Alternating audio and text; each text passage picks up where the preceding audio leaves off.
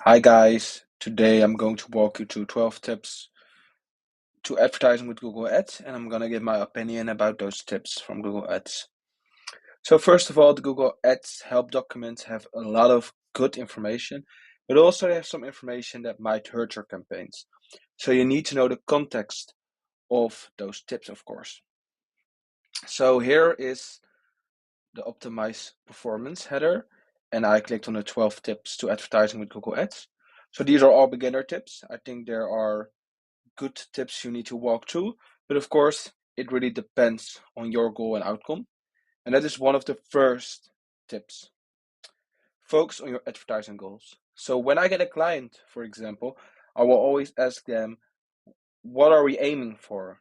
So that can be we want to get €2 back for every euro we put in Google Ads. That can be okay, we can spend €50 for every lead that we get. Or it can be we want to have this amount of clicks, this amount of impressions. To be honest, it's normally based on how much somebody is willing to pay for a lead or how much he is willing to put in and get back. Um, you need to know that. Otherwise, you do not know where you're aiming for. You do not know when to scale your ads. Yeah, it's really hard to be successful if you do not know what success is. So, first of all, focus on your advertising goals. Those goals can mean that you're maybe are losing money in the beginning, that you're willing to take a hit in the beginning, and if your customer lifetime value is higher, then of course you can in the first year maybe lose some money on a customer. Know what your advertising goal is. So the second one is allocate budget based on performance, and this is even something I see in a lot of accounts. The best performing campaigns do not get the most amount of money, for example.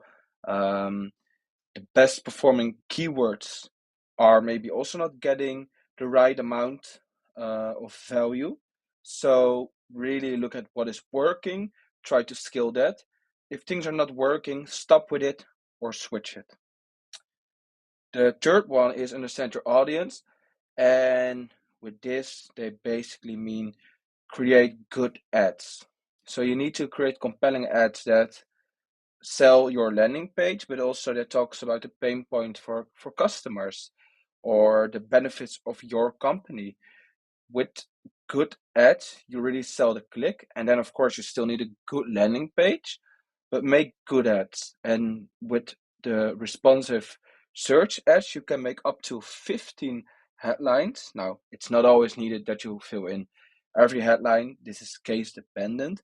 But if you fill in the headlines, make sure they are not all the same, but are different. So, for example, don't make 5 headlines about how many years of experience you have, but make one about the experience you have, the reviews that you got, where you are located, for example, um, some nominations that you got or awards. This is just an example, but make it different from each other. Now, the fourth one is location targeting. So, if you're only selling in the Netherlands, for example, only use the Netherlands. If you only take clients in certain areas, use that location targeting. The fifth one, I think this is the fifth one already. Yes, the fifth one is about frequency capping. So for display and video campaign, I would not use them in the beginning, but of course you do not want to spam users. So do not overexpose your ads, but this is basically for display and video campaigns. Content targeting is also for display and video campaigns. So you can create display campaigns, display ads. They will show on websites like the BBC, and then you will see a banner. So if the BBC, for example, is a good placement for your company, then you can specific target that placement. Or it can be a soccer website, for example. You can also do that with keywords or with topics. And if you are using display ads, this can be very relevant for your campaigns. I would highly advise you to check this. Also, for display campaigns, you can use the remarketing, custom audience of affinity audiences, and this is a good way to target for relevance. the other tips from them. Take advantage of the observation settings.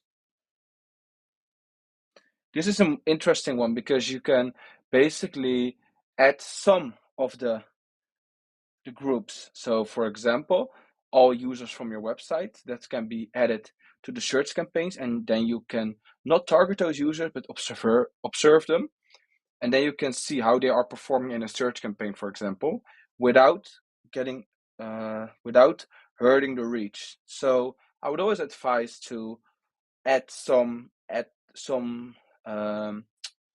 some audiences as observation to your search campaign.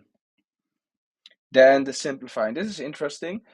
Google really wants you to consolidate the campaigns so that AI has more data. So for example, if you have 3 campaigns with the same goal, same location settings, and they're getting all 3 10 conversions per month, if you add those together, you get 30, and with 30 conversions per month, you can use smart bidding. So that way, consolidating is interesting, but it's case dependent. So if you only have 3 campaigns with 1 conversion, you have different locations, different goals, different budgets you want to spend on certain product, then you do not want to consolidate. Then use campaign types strategically. So this is interesting because, like I said before, with display, for example, in the begin phase, you maybe do not want to use that. Maybe you only want to use remarketing for display, but not, for example, open targeting. So normally what you would do is, if you're ecom, you would use shopping and search. And if you are on lead gen, you would use search in the beginning. If you do not have enough conversions, you would use exact match or phrase match. Keep it really small. And those campaign types are lower in the funnel. And normally you want to have that performance. And when you cannot get any performance out of that, you can spend more in upper funnel campaigns like demand gen, for example. Bid with purpose. Use smart bidding when useful and applicable.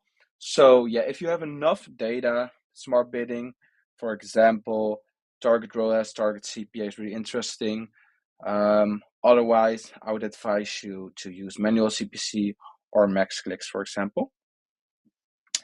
This one is, I think, one of the most important ones is track conversions. So with tracking conversions, you can measure what your ads are really doing, if you're making a profit, yes or no. This can be done in different ways, in a way that you can track calls, web forms, purchases. The thing is, what is important for you to track? So for ecom, it's purchases, and I would track profit, for example. You can do that with Profit Metrics. That is a tool that also uses server-side tracking.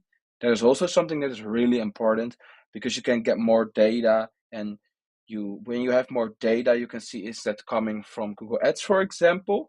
You have a better image of where it's coming from, and you can optimize more.